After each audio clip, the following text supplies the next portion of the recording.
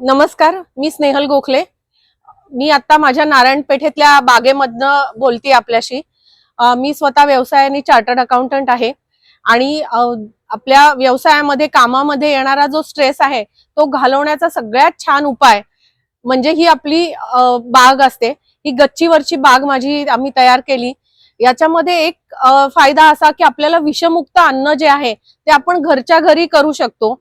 पूर्वी परसबाग घराच्या मागे असायची, पण आता आपल्याकडे शहरात जागा कमी आहे।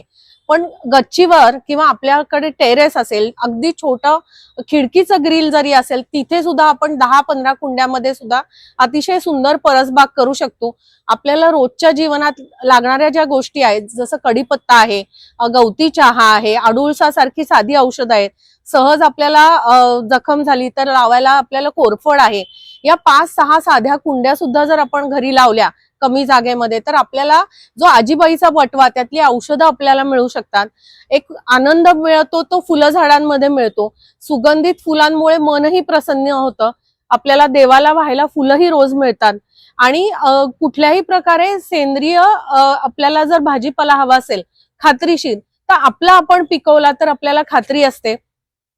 यामध्ये सोप्या सोप्या भाज्या ज्या असतात, पालक आहे, टोमॅटो, मिरची, वांग, या सोप्या भाज्या आपण आधी लावून सुरुवात केली तर आपल्याला त्याचे रिझल्ट्सही छान मिळतात। पुदिना सारखी गोष्ट आहे की जी आपल्याला कीटकनाशक म्हणून सुद्धा वापर होतो त्याचा आणि आपल्याला रोजच्या खाण्यामध्ये सुद्धा होतो। लसूण पात पेरली आपण तर त्याचे लसणीची पात खायला होते आणि त्याचाच सेंद्रिय पद्धतीमध्ये कीटकनाशक म्हणजे कीड रिपेलंट म्हणून वापर होतो। तर अशा छोट्या छोट्या गोष्टी ज्या आहेत तर त्या आपण या परसबागेमध्ये आपल्या करू शकतो, प्रयोग करू शकतो। यातलं एक मुख्य परसबाग करायची गोष्ट, जे आपल्याला माती लागते ती विकत न आणता ओला कचरा जो आहे घरी, आपण जर 3 ते 4 जणांचं कुटुंब असेल तर साधारण 750 ते 800 ग्रॅम ओला कचरा आपल्या घरी रोज तयार होतो।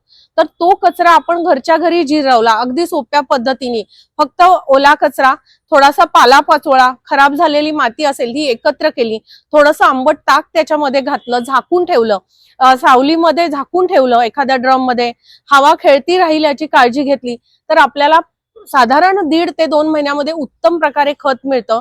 ह्याच्यात सगळ्या प्रकारचं आपल्याला जे झाडांना लागतं, नत्र, स्फुरद, पालाश आणि मायक्रोन्यूट्रिएंट्स ही सगळी आपल्याला ह्या कंपोस्ट मध्ये मिळतात।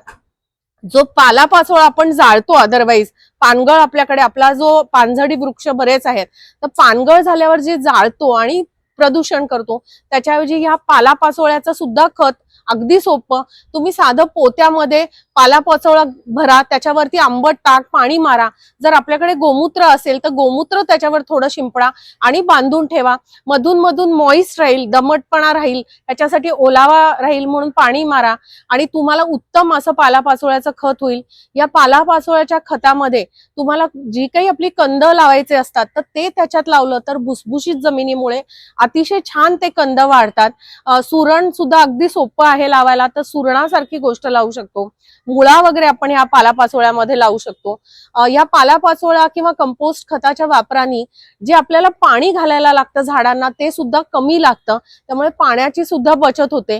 म्हणजे आपण जर कंपोस्ट केलं तर एकतर आपण ओला कचरा घरी जिरवतो, त्यामुळे तो कुठेतरी ट्रान्सपोर्ट होणं, कुठेतरी घाण आपल्याला शहराच्या बाहेर कचऱ्याचे ढीग हे आपण कमी करतो। त्यातली न्यूट्रिएंट झाडांना वापरून विषमुक्त अन्न पण आपण तयार करतो। आणि ह्या परसबागेचा फायदा म्हणजे जे पक्षी येतात त्यांना सुद्धा आपण एक प्रकारे ज्या झाडांवरती घरटी बांधू शकतात, म्हणजे निवारा होतो।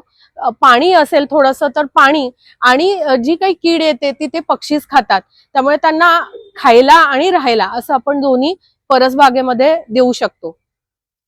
खत करायसाठी आमच्या बागेमध्ये जो ड्रम आहे तो आता मी तुम्हाला दाखवते। या बागेमध्ये माझ्या जो काही पालापाचोळा पडतो, शिवाय कटिंग्स होतात ती, आणि घरची जी फुलं असतात निर्माल्याची ती आमच्याही घरची आणि आमच्या बिल्डिंग मधल्या सगळ्यांचं निर्माल्य आम्ही गोळा करतो। जो काही ओला कचरा तयार होतो तो ह्या आम्ही ड्रम मध्ये त्याचं खत बनवायला ठेवतो। तुम्ही पाहाल की हे थोड्या सावलीमध्ये मी ठेवते, डायरेक्ट उन्हामध्ये नसतं, याला झाकण आहे। दुसरं ह्याला छिद्र अशासाठी की छिद्रामधनं हवा खेळती राहिली पाहिजे। झाकण अशासाठी की ह्याच्यामध्ये आपल्याला टेम्परेचर निर्माण व्हायला लागतं, तर हा ओला कचरा त्याच्याबरोबर थोडासा वाळलेला पालापाचोळा ह्याच्यामध्ये हे सगळं आम्ही साठवतो. पूर्ण ड्रम भरला की झाकून ठेवतो आणि दुसऱ्या ड्रम मध्ये सुरू करतो. साधारण पालापाचोळा विघटन व्हायला 60 ते 70 दिवस लागू शकतात. ओला कचराच फक्त असेल कंपोस्ट तर ते साधारण आपला 1.5 महिन्यात ते 2 महिन्यात तयार होतं आणि ह्याच्यासाठी काहीही आपल्याला विशेष प्रयत्न करावे लागत नाही. ह्या खताचं प्रात्यक्षिक मी आपल्या गोसेवा गतिविधीतर्फे सुद्धा विनामूल्य घेत असतो. आम्ही वेगवेगळे प्रशिक्षण वर्ग घेतो. गच्चीवरती आपण बागकाम करत असताना आपल्याला एक मुळात मुख्य सुरुवातीला आपण एक इन्शुअर करायला पाहिजे की वॉटरप्रूफिंग जे आहे ते व्यवस्थित करून घ्यायला पाहिजे. वॉटरप्रूफिंग चांगल्या पद्धतीने जर करून मग आपण बागकाम केले तर अगदी आपण गच्चीवर सुद्धा विटांचे वाफे करू शकतो. वाफे करत असताना त्यामध्ये खाली म्हणजे शेततळ्याचं जे प्लास्टिक मिळतं ते घालून आपण गच्चीवर डायरेक्टही वाफे करू शकतो. म्हणजे आपल्याला जमिनीसारखा इफेक्ट आपल्याला वाफ्यांमध्ये देता येतो. त्याचबरोबर हवेचा जो तडाखा असतो म्हणजे वाऱ्याचा तो सुद्धा गच्चीवरच्या बागेमध्ये जास्त येतो.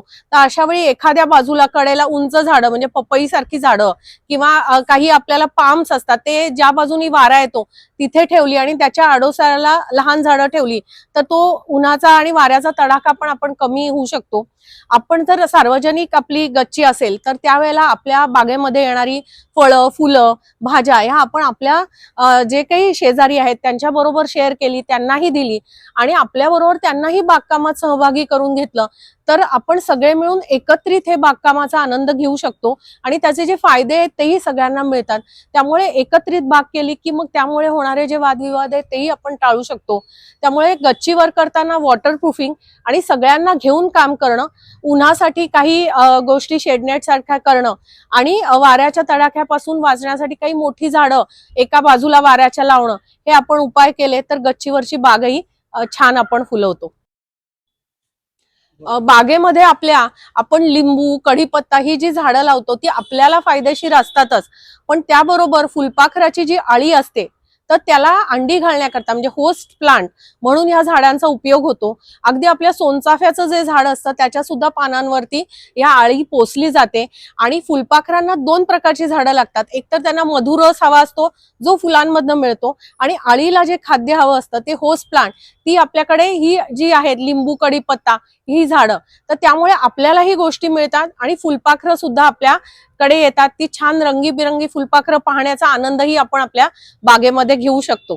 आपली कृषी माऊली असा जो YouTube चॅनल आहे तो पण आम्ही ह्या अशा सगळ्या बागा यांचं जे आपल्या शहरामध्ये लोक करतायत तर त्यांची माहिती लोकांना देणं, त्या योगे आपण सेंद्रिय परसबागे कशी करू शकतो, त्यामध्ये गाईचं जे शेण आहे, गोमूत्र आहे, जीवामृत आहे, या सगळ्या गोष्टींचा आपण वापर कसा करू शकतो या सगळ्या गोष्टी आम्ही त्या आमच्या लेक्चर्स मध्ये सांगत असतो. आणि गोसेवा हे काम जे आहे पुण्याचं काम आणि गरजेचं काम हे करत असतात. कृषी माऊली चॅनलवर असे अनेक व्हिडिओज आहेत तर आपण सगळ्यांनी जरूर या व्हिडिओ चॅनलला भेट द्या. चॅनलवरचे सगळे व्हिडिओ पहा, सबस्क्राईब करा आणि अशा चांगल्या चांगल्या गोष्टी करण्यासाठी आम्हाला प्रेरित करत राहा. धन्यवाद.